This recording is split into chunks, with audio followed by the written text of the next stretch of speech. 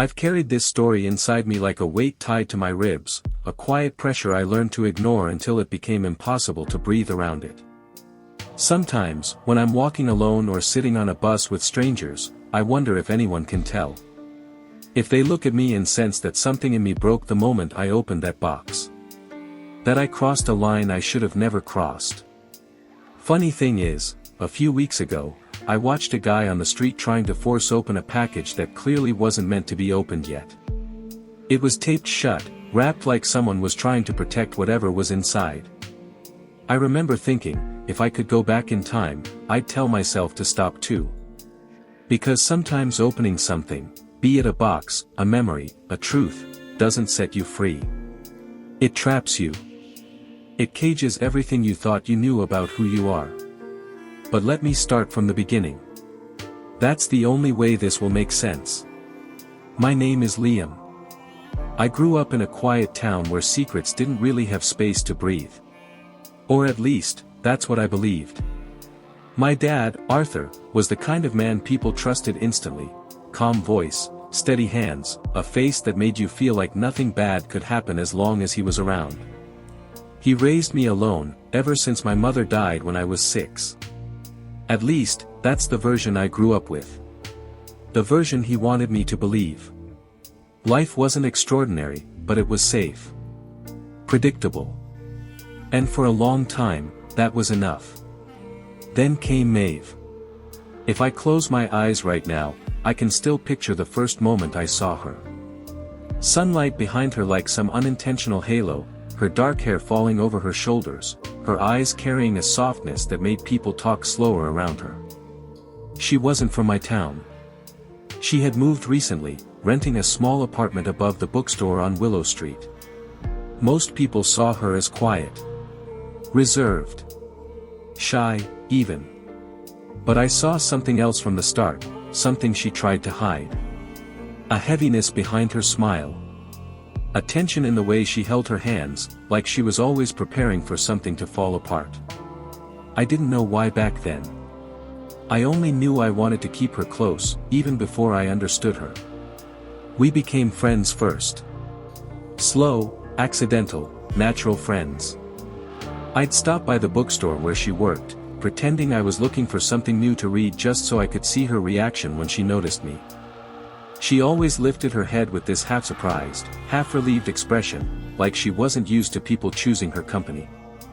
One evening, after she closed the shop, we walked home together. Out of nowhere, she asked if I'd ever felt like a part of my life didn't belong to me. Like someone else had written chapters one couldn't remember living. I laughed at first, thinking she was joking. But she looked at me with such seriousness that my smile died in my throat. I didn't know it yet, but that was the moment our story started to knot together, pulling tighter and tighter until the truth snapped everything.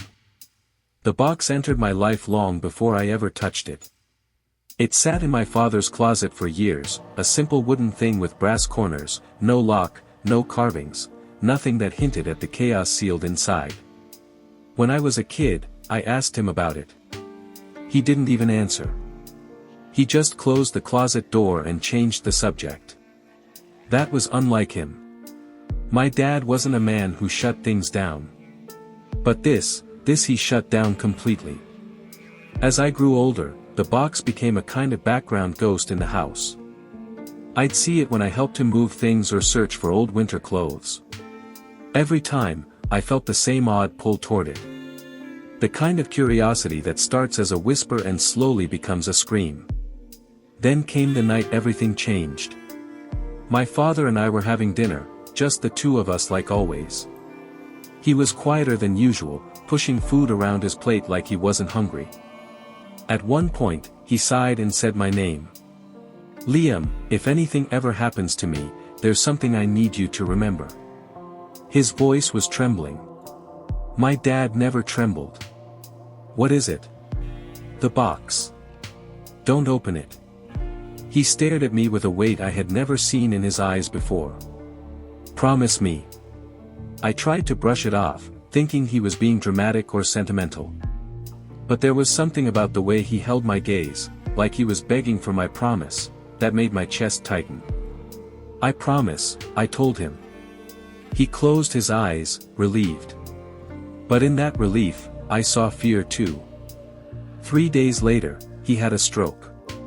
I still remember the call. I still remember the sound of my own heartbeat in my ears as I ran to the hospital. And I remember the moment the doctor told me he didn't wake up. That I'd have to make decisions I was nowhere near ready to make. I didn't cry right away. I got angry first. Angry at the world, at myself, at him. At that damn box. I went home that night to a house that suddenly felt too quiet. Too hollow. And while sitting alone in the living room, my thoughts kept circling back to the promise I made.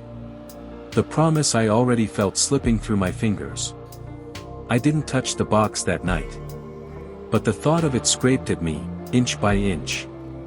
Maeve came by the next day. She didn't knock, she just walked in and sat on the couch beside me. She didn't hug me, didn't give me some cheesy line people use when they don't know what to say. She just placed her hand on top of mine and whispered, "It's okay to not be okay right now." And for a moment, that was enough. But something shifted in her expression when she looked around the house. It was subtle, but I caught it, a flicker of recognition. Like she had been there before. Or like she saw something she wished she hadn't. "Have you been here before?"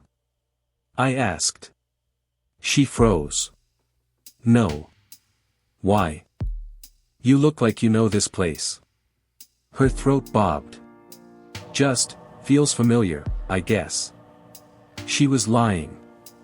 I didn't understand why, but I knew she was lying. That night, when she left, I finally went into my father's room.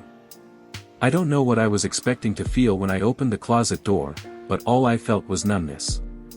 The box was there, sitting exactly where it always sat, silent, patient, waiting for me. The thing that broke me wasn't the promise I was about to betray. It was the fact that I didn't feel guilty. I felt entitled. Like I deserved to know whatever truth had been kept from me. I picked it up. It was lighter than I expected, almost disappointingly light. I took it to the kitchen table, sat down, and stared at it. My father's warning rattled inside my mind, louder than my breath. "Don't open it." But I did. I don't even remember lifting the lid. I just remember the feeling, this cold, creeping dread sliding into my body like a shadow. Inside the box, there were only a few items, but they carried a weight I can't describe. A folded letter. A photograph of my father holding a baby that wasn't me. A silver necklace with a small engraved M. And a hospital bracelet with a name I'd never seen before. Maeve Callahan.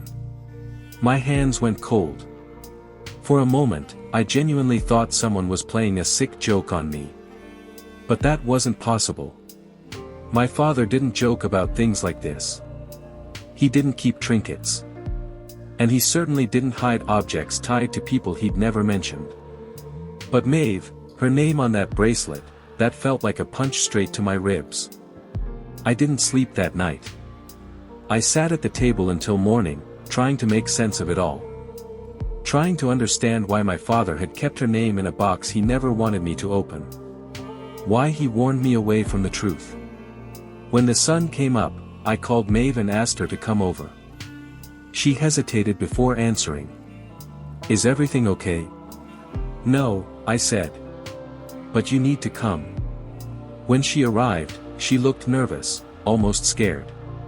Not scared of me, but scared of what she already knew I had done. Her eyes fell on the open box on the table. She didn't ask what it was. She didn't pretend she didn't know. She just breathed out softly, like she'd been waiting for this day and praying it never came. "Maeve," I whispered, "why is your name in my father's box?" She sat down slowly. Her hands trembled. Her breathing quickened. She looked like someone who had run out of places to hide. And then she said the words that started unraveling everything I believed about my family, my father, and myself. "Because your father saved my life, Liam. And because your mother tried to take it." When Maeve said those words, I felt the ground tilt under me. It wasn't a dramatic feeling, not like in movies where everything spins. It was quieter, heavier. Like something inside me cracked in a place I didn't know could break. "My mother," I whispered, the words tasting wrong in my mouth. "What are you talking about?" "My mother died when I was 6. She wasn't someone who would hurt a child." Maeve closed her eyes, as if she needed to steady herself before continuing. "I know what Arthur told you. I know the story you grew up believing. But your mother, Liam, she was involved in things you never knew existed. That doesn't make sense." "It will," she said softly, "but only if you let me explain." She pulled the photograph closer, the one of my father holding a baby that wasn't me. Her hand hovered over it, like touching it might burn her. "That baby, that's me," she whispered. For a second, I forgot how to breathe. My chest tightened, and I leaned back in my chair, shaking my head slowly. No. No, Maeve, why would my father be holding you? Why would your things be in his box? Why would he hide that from me?" Her eyes filled with tears she refused to let fall. "Because he didn't want you to know what your mother did. He didn't want you to grow up with that guilt." "My mother didn't do anything," I snapped, louder than I intended. Anger surged through me so fast it scared me. "You don't know her. You never met her. You." "I did," she whispered. Everything in me froze. She swallowed hard, looking down at the bracelet. The small band of plastic looked harmless, too simple to hold the kind of truth she was about to shatter me with. "I was 6 months old," she said. "Too young to remember anything. But my mother remembered. And she told me the truth before she died. Your mother took me from mine." I stared at her. My brain rejected every word. It didn't fit. It didn't align with the woman I remembered, the soft voice, the warm hands, the bedtime stories she made up under blankets. She wasn't capable of something like that. She wasn't. "You're lying," I whispered, though my voice trembled. "I wish I was." I stood, pacing, my hands gripping my hair. "This is insane. You're telling me my mother abducted you. You're telling me Arthur knew. That he, what? Helped her? Or took you back? How does this make any sense?" Maeve grabbed my wrist gently, grounding me. "Your father didn't help her, Liam. He stopped her." The room felt unbearably small. "Explain." She took a deep breath. "My mother was a nurse at the hospital where your mother was treated for episodes. She struggled with dissociation, paranoia, and moments where she didn't recognize people. The medication didn't always help. One day, she walked into the maternity ward, saw me, and thought I was hers. Nobody noticed right away. She managed to walk out with me." Maeve's voice cracked. "I was gone for 2 hours. When your father found out what she'd done, he didn't protect her. He took me back. He convinced the hospital not to press charges because she wasn't well. My mother agreed, as long as he promised to keep distance. And he did. For years. I felt cold all over. You're telling me my father saved you, I said hollowly. Yes. And he hid it from me. Yes. And you knew who I was when we met. She lowered her gaze. Yes. Something inside me snapped. So you got close to me on purpose? No, she said quickly, tears filling her eyes again. I didn't even recognize the town at first. I didn't know Arthur still lived here. I didn't know you existed until I heard your name at the bookstore. And even then, I tried to stay away. I didn't want this. I didn't want to hurt you. But you lied, I whispered. She didn't argue. That hurt the most. And my father, I sank into a chair, feeling sick. Why didn't he tell me? Why hide something this huge? He wanted to protect you, she said earnestly. Imagine being a kid and hearing that your mother, someone you loved, did something like that. He didn't want you to grow up afraid of your own blood. But that's exactly how I feel now. Silence settled between us, thick, suffocating. Maeve wiped her face with trembling hands, trying to hold herself together. I felt a bitter laugh climb up my chest. You know what's funny? I said, my voice shaking. Just a week ago, I told myself I'd never be like those people who discover some dark family secret and fall apart because of it. I thought I was stable. Unshakable. But everything I thought I knew, the story of my life, it was all built on lies. She whispered, I'm sorry. I looked at her, and something inside me cracked deeper. Because I wasn't just hurt by the truth. I was hurt by the fact that it came from her, the girl I was falling for. I stood abruptly and walked toward the hallway, needing distance. She followed me, stopping in the doorway. Don't go, she said softly. I turned to her. You shouldn't be here right now.